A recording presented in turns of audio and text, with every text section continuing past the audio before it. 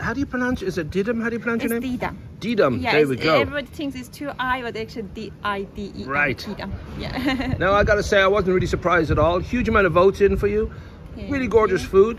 Did you know when you started that you had something special? Did it take you a while to figure out what you were doing? It took me for a while. I actually have to say, like, I was sitting in the harbor, the beach house one day. I have the napkin. I write down my menu on the napkin. I still keep it. Actually, I have no idea what I was gonna do.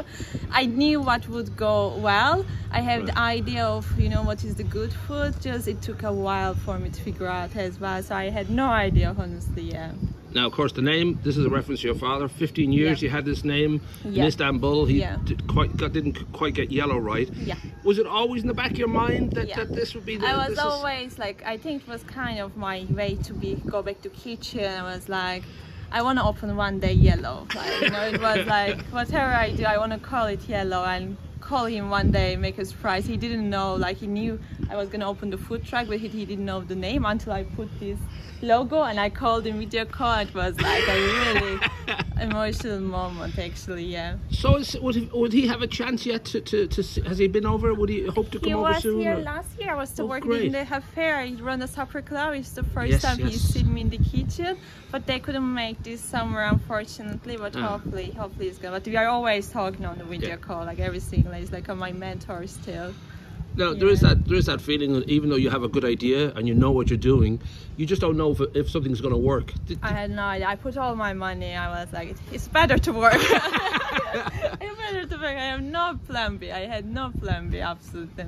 But so happy. Did it dawn on you early on that it was going to work? Because I just got that impression that it was immediate, that people liked it and people responded. Like at the beginning, first month was popular, but for the business, I think every time, like the first months are always busy, but it's hard to keep up your regulars. So for me, now I know it's working out after 5-6 months actually. Yeah, when I start to get my regulars, people are traveling to have food from all in Ireland, so now I know better. You're obviously very, very good with food. So was that entirely to do with your father's influence? Did you go off by yourself and learn somewhere? Yeah, I'm self-trained. No, it was just 2 years in the café was my first kitchen experience, and before I was doing takeaway. That's how actually Greystones pushed me, like, oh, you need to be great. Like, you know, I was taking my food to beaches, everyone like kind of trying, tasting, and they kind of tell me, oh, you have to be in kitchen. I knew that in deep, but I wasn't brave so much maybe.